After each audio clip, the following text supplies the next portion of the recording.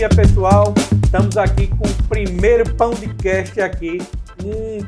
Um cast aqui que a gente já está há muito tempo querendo sair do papel. E hoje eu estou aqui com vocês. Esse podcast queria dizer que é Histórias que Alimentam Negócios.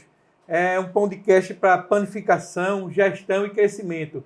E hoje nada mais nada menos do que entrevistar aqui o grande meu ídolo, uma grande pessoa, um baluarte na panificação, Euclides Paiva, que nada mais é do que meu pai, meu querido pai.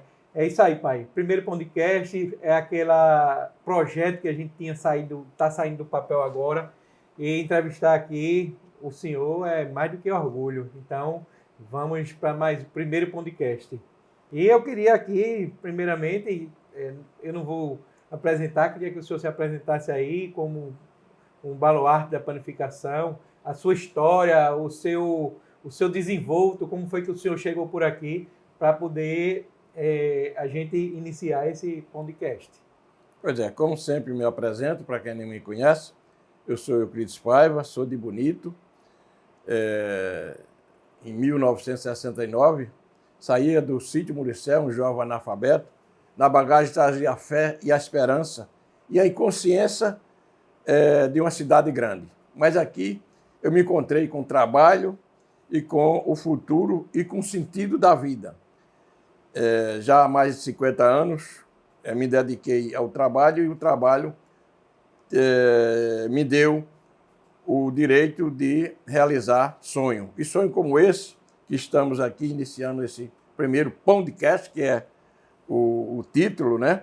E passei por vários processos, mas foi o pão que me deu o sentido da vida. E eu tenho um caso de amor com pão. Com um menino pobre, saí do interior para ganhar dinheiro, ser rico para comprar um balai de pão, porque nunca tive o privilégio de comer 3 pães, um crioulo, um doce e um francês. E hoje, graças a Deus, eu sou rico. Não no sentido que vocês imaginam financeiramente, mas sou rico porque posso comprar um balai de pão, sou rico porque passou por mim várias panificadoras e sou rico porque montei uma escola de panificação que hoje é Instituto IPEP, Instituto Pernambucano Euclides Paiva, para, como eu, tive o privilégio de aprender a fazer pão e seguir uma profissão tão bonita, que é produzir o pão de cada dia. Pronto. E agora, dando continuidade, eu queria que o senhor falasse também como foi que o senhor chegou aqui nos anos 70, 60, né? Como o senhor disse, e aprofundasse mais essa história, porque aí o povo fica me perguntando a história de seu Euclides. Euclides aí um grande empresário, um grande empreendedor, mas antes de um grande empresário, existe um grande homem, né? Existem os costumes de quando o senhor era pequeno, de quando o senhor cresceu, como foi sua trajetória para chegar até o grande homem, o grande empresário que o senhor é hoje? Geralmente existem histórias compridas, histórias curtas, história feia, história bonita. Mas feia mesmo, eu não tenho história para contar. Todos nós temos uma história, né? É tanto que estou aqui com o livro Aprenda na Escola da Vida, ser doutor na arte de viver, e eu tive o privilégio de contar a minha história nesse livro com 191 páginas. Mas respondendo a você, meu filho, nos anos 70, me despertou o desejo de progredir na vida, e o meu lugar não dava essa oportunidade. Então, nós como pessoas simples do interior, nunca passei fome, mas a dificuldade era grande. E eu sonhava em progredir na vida e vim para a cidade grande. Então, vim montado no caminhão, por ironia do destino, num roquete que vinha carregado de batata, lá da minha terra, de Bonito, e desembarquei aqui na Ceasa, no box aqui do seu Zazá. Isso nos anos 70, 90, 69 para 70, e um tio meu me esperava para levar para a casa dele. Então, de lá, eu trabalhei, fiquei com meu tio, vim servir o exército, mas não fui classificado, e não queria mais voltar para o interior. e meu tio arrumou um emprego numa casa de família para cuidar dos carros. Então, no início foi muito difícil. Eu abri mão do carinho que eu tinha da minha família, que fui um menino mimado, mas eu queria crescer na vida, e para crescer na vida tinha que pagar um preço. Então, tudo que passou da dificuldade foi para descobrir o potencial que a gente tem dentro e não sabe. Então, todos nós temos um potencial. Você que está aí com saúde, você aí que tem tudo e acha que não tem nada, descubra o potencial que tem dentro de você. Então, descobri meu potencial com trabalho e com sacrifício. Dali, dessa mesma casa, aprendi a dirigir, fui dirigir o carro do patrão, depois me tornei um vendedor e, pasmem, senhores, cheguei a subgerente e de servente a subgerente. O meu ordenado era simplesmente casa e comida, porque o patrão dizia que eu era mesmo que ser da casa da família. Mas de lá, depois arrumei um segundo emprego, aí sim, fui ganhar dinheiro fazendo aquilo que eu mais gostava, que era ser vendedor. E nos anos 80, nos anos 75, me tornei empresário, um pequeno empresário, e dali me descobri como empresário e o sucesso foi tão grande que quebrei. Como? São as trajetórias da vida. Então, eu não tinha a experiência de administrar tanto sucesso, mas me quebrei no ramo de estiva e nos anos 80, foi quase quando você nasceu, o destino me trouxe para panificação. E da panificação me tornei distribuidor de produtos para panificação, que é, no caso, a Lessaf. Como eu sempre fui audacioso, procurei os órgãos associativos, Associação dos Panificadores, Sindicato, etc., para ver como funcionava. Porque é preciso que a gente saia de dentro da gente para ver o mundo como ele é. Temos que misturar a nossa sabedoria, porque na vida somos professor e aluno ao mesmo tempo. E daí eu descobri quanto é rica a panificação. Eu não sabia nem comer pão, mas aprendi a fazer pão. Hoje faço pão, dou pão, sobra pão e estamos aí. Portanto, meu filho, na época havia um monopólio de indústria de panificação. Só havia um tipo de fermento. Mas deixa eu só interromper um pouquinho aqui para poder, que isso aqui é uma segunda etapa que a gente vai entrar em negócio, como foi que o senhor entrou no ramo de panificação. Aguarda um minutinho aí, essa história aí, que essa história todo mundo quer saber. Eu queria, na verdade, assim, questionar, e é um questionamento meu, porque as pessoas acham que ser empresário, ser empreendedor é fácil, só que todo mundo só vê os benefícios, né? Só vê as coisas boas do empresário e não sabe o que é que ele tem por trás. E a minha pergunta, e o que é que o pessoal sempre questiona, né, hoje em dia, principalmente, no ápice aí do empreendedorismo, que o que faz um empresário forte é um CPF forte. O senhor concorda com isso? O senhor se tornou forte no CPF para poder se tornar um empreendedor forte? Porque, pelo que o senhor me disse, o senhor acreditou muito no senhor para poder dar essa virada de chave de empregado, que o senhor chegou de Bonito nos anos 70 e foi trabalhar na casa dos outros, para poder se tornar empresário. Então, a pergunta é, o senhor concorda com esse movimento de que CPF forte é que faz empresário forte? O senhor acreditou primeiro no senhor para poder dar esse pontapé? Como é que o senhor vê essa situação? Não tenho dúvida. Então, o homem do campo, o homem matuto, que é o meu caso, muitas vezes, quando chega na cidade grande, chega muito desconfiado.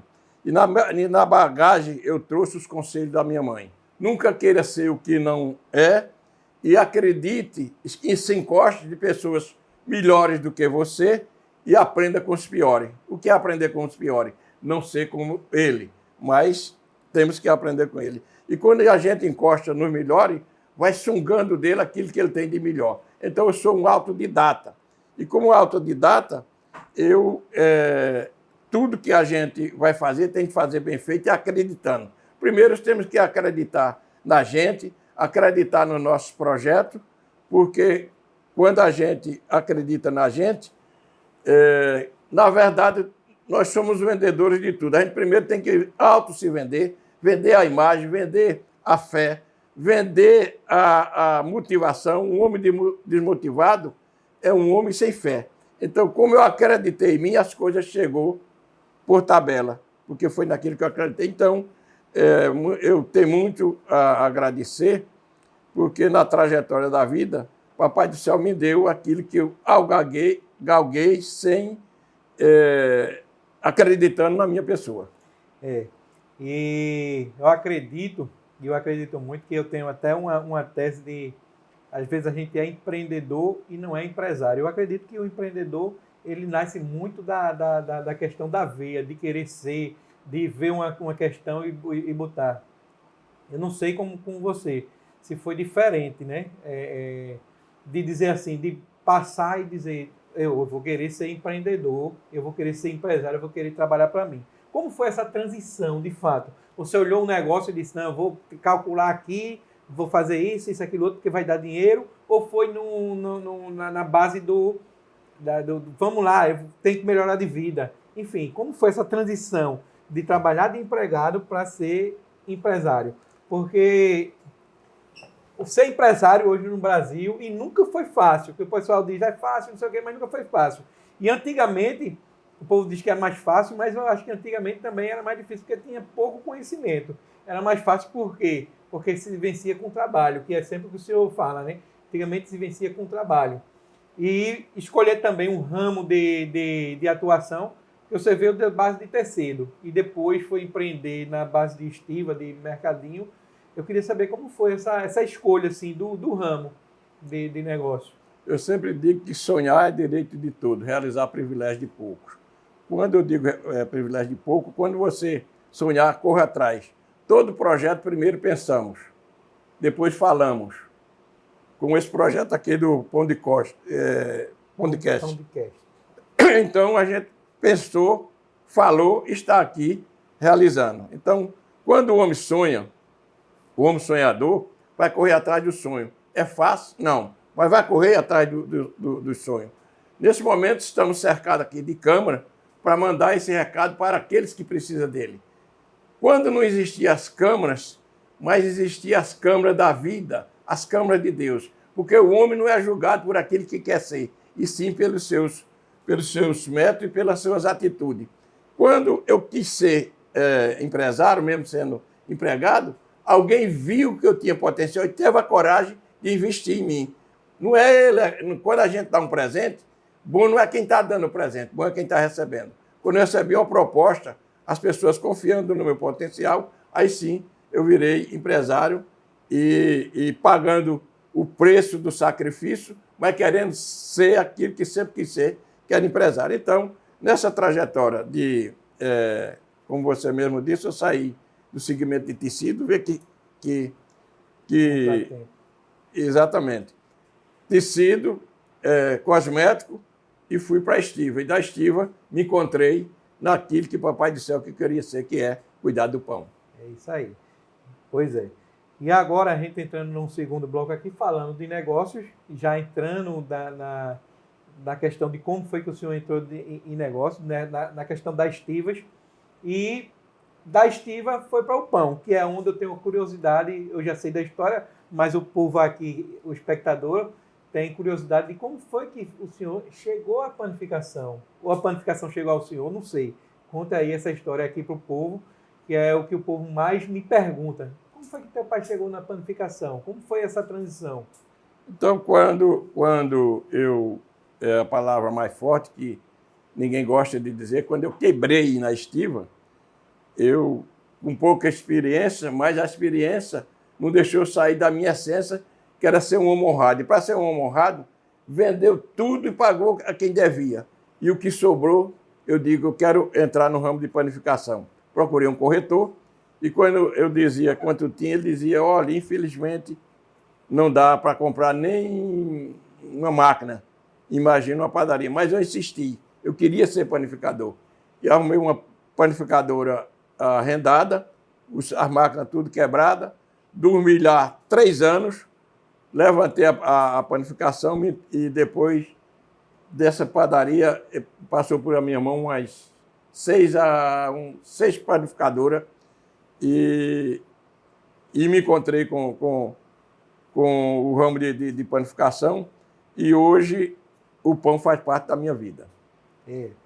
A panificação, hoje eu, dentro do negócio, amo a panificação, adoro a panificação. Eu acho que a paixão pelo pão e pela panificação é uma coisa que herda muito.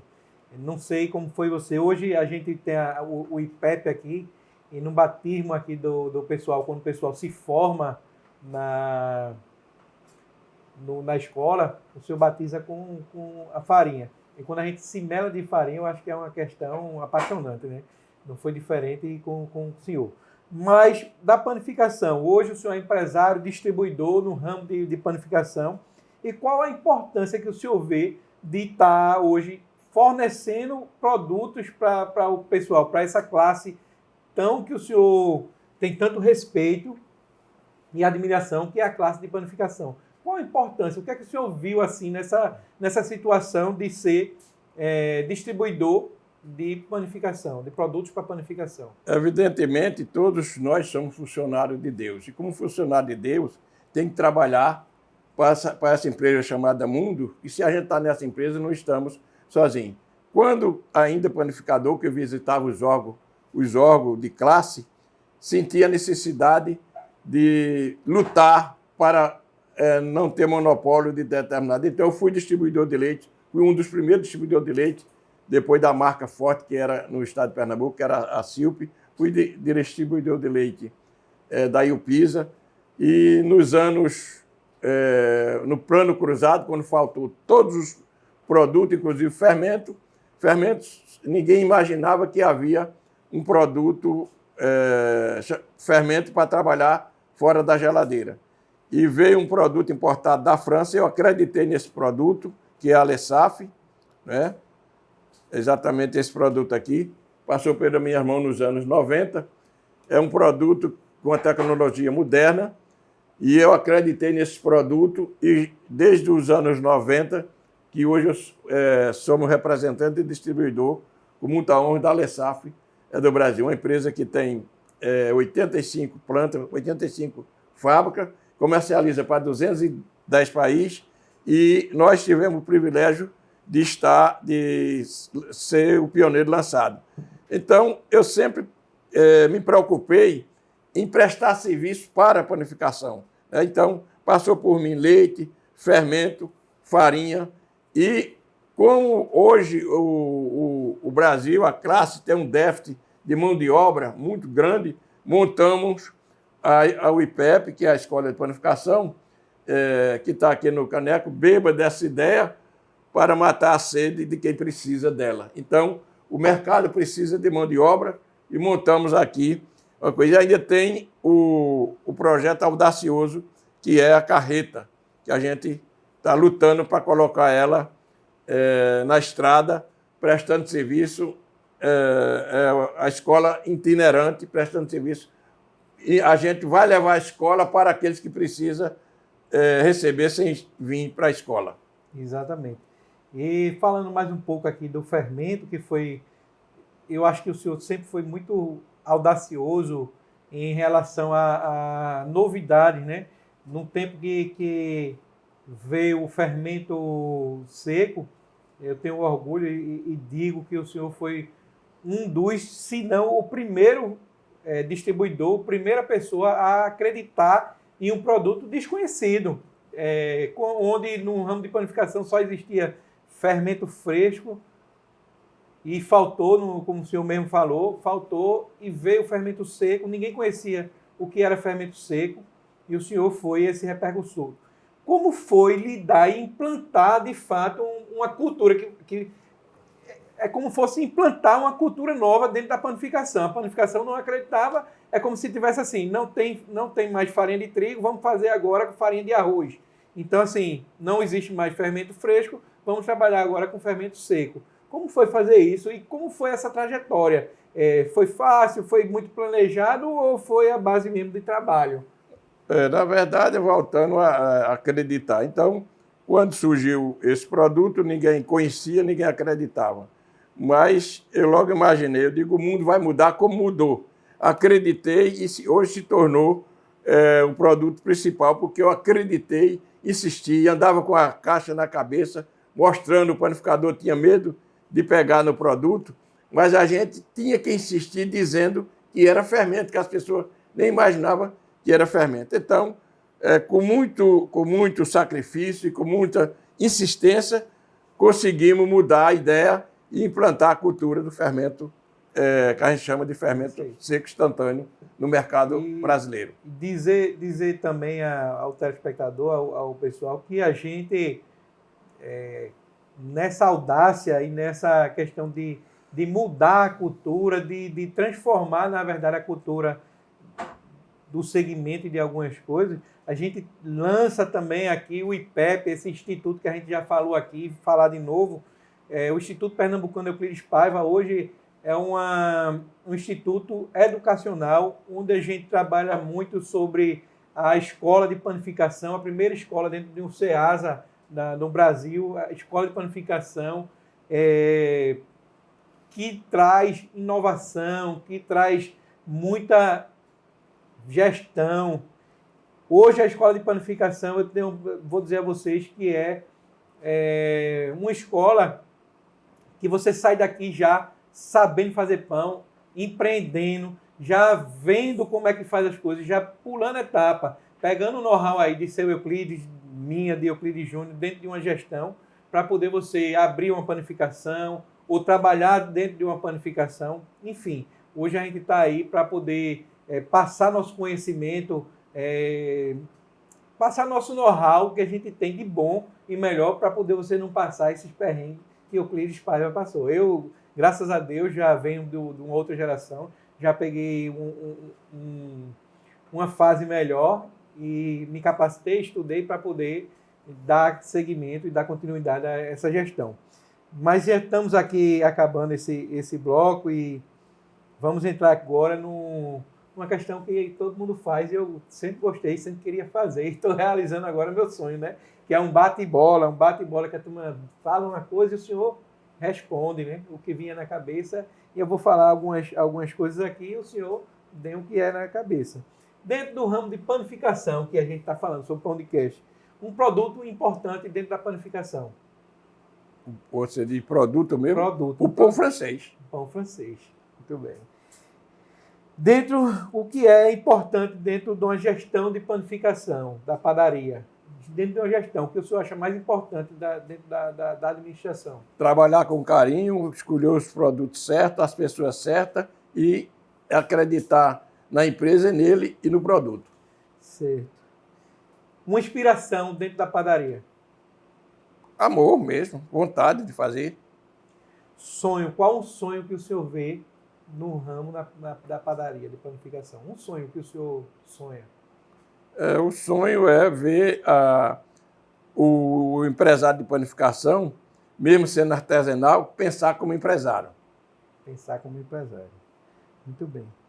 E agora, um conselho que o senhor daria para os donos de padaria. Qual o conselho hoje que vinha na sua cabeça? Um conselho, vou fazer isso. Eu sei que o senhor hoje, aqui dentro do Varejão da Padaria, já faz isso empiricamente, já faz isso com o que o senhor gosta de conversar, gosta de contar a história, mas aqui, para o público, para esse grande nicho de mercado, para esse povo que está assistindo o Pão de Cast, qual o conselho que o senhor daria? Aqueles que enveredou pela panificação, não desista nunca, porque mexer com pão não é uma profissão, é uma missão.